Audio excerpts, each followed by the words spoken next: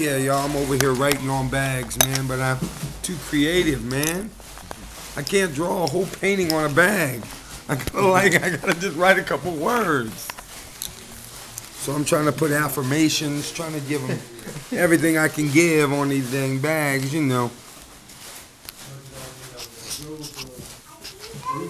You.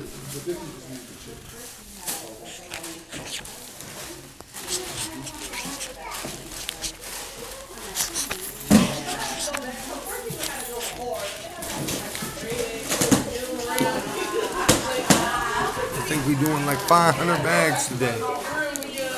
500 of these suckers. I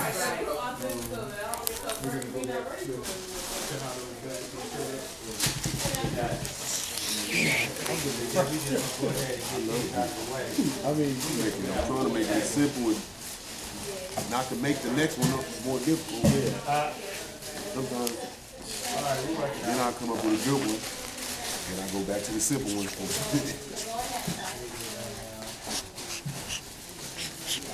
Open your third eye. Yeah.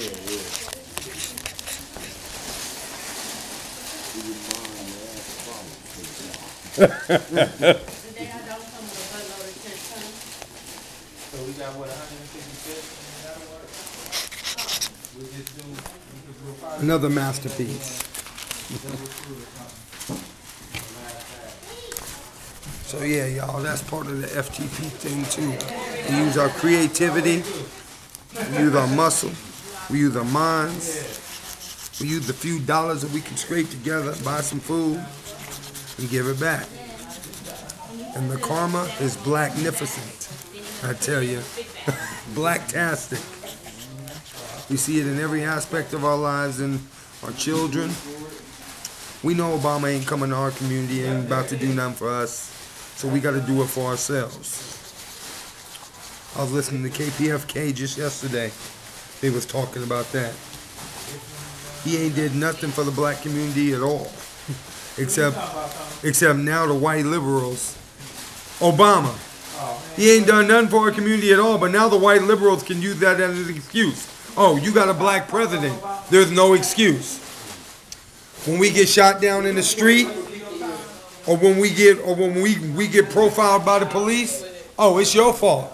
You got a black president. There ain't no excuse. And that's what the white liberals wanted to say.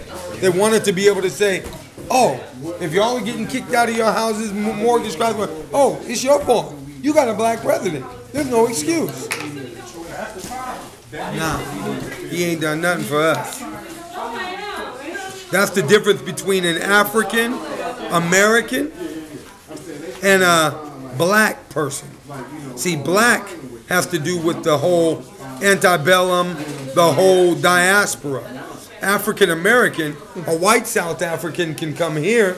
I talked to a white South African dude. He came here, and he was labeled African American, which means he got all the benefits we got because he's an African, and he lives in America, and his mom was part American.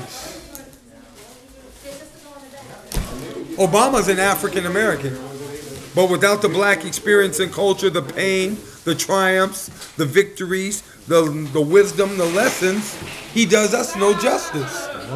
Yeah, because he's not us. He don't know what we've been through, so he can't relate to us. I remember he did a speech and said, "I ain't nobody's president." When black people were saying, "Oh, he's the black people's president," and he did this speech and said, I'm not no one person, no one group's president. He's supposed to be that way though. You know what I'm saying? For him to do anything other than that falls back on these positions, and he'll be like, especially because he's the first and only black president. You know what I mean? Well, this is the thing. If we would have got a black president, if Reconstruction had kept going the way it was going before the Ku Klux Klan came in and took back everything we got in the South, right after slavery, you know, the white folks was like, we don't believe black people are educated, whatever. So they just let us do our thing. We had the most congressmen, senators, we had the most anything. We had it going on. And that's when the white folks started getting scared. And that's when they came out with Birth of a Nation. That movie was their propaganda movie to say, look, if we let black people do all this, look, they're gonna start raping our women and doing all this. White people will leave the theater, go join the Klan, and we get beat in the streets after that movie. That's how they took back everything that we gained during Reconstruction. But if Reconstruction had to went the way it was supposed to, and we would have kept on rising, yeah, we would have had a black president, and he would have represented the black interest. Yeah, he would have represented the whole country, but he would have felt the loyalty to represent the black interests. Trust me, when we get a president who's got some Irish in him, or got one of those other white cultures in him, he makes a special task to go and help those people who are of his nationality. I believe that. But we the only ones who don't.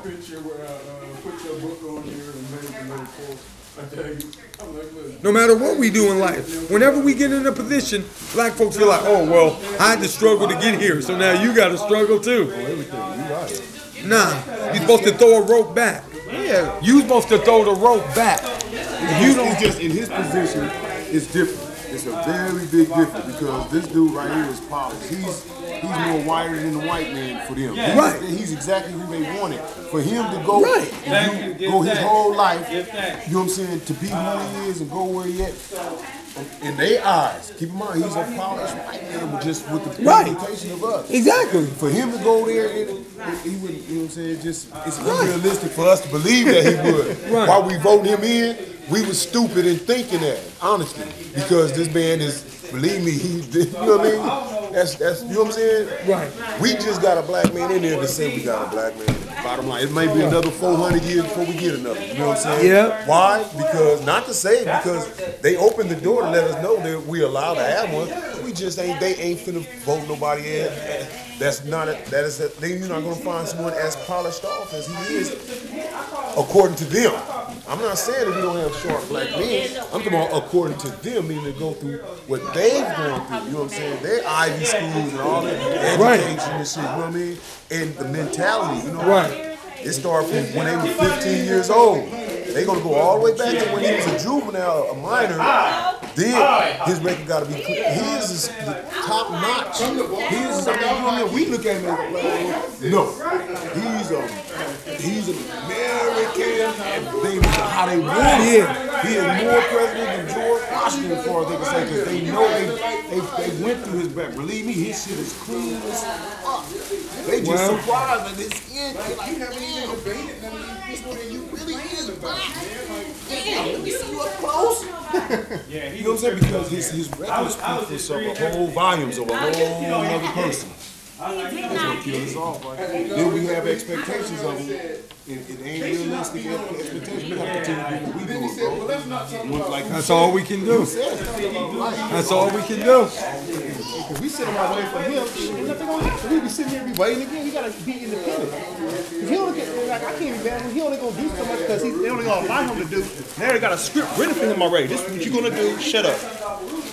Exactly. I was saying before when he was a black president that I spent untaxed dollars anyway because of the criminal lifestyle or whatever I was living at one time. But now it's even more so with the black president because damn, he ain't finna say, you know what, Cal, you been out here struggling all this time. Look, my nigga, he ain't finna slide me nothing.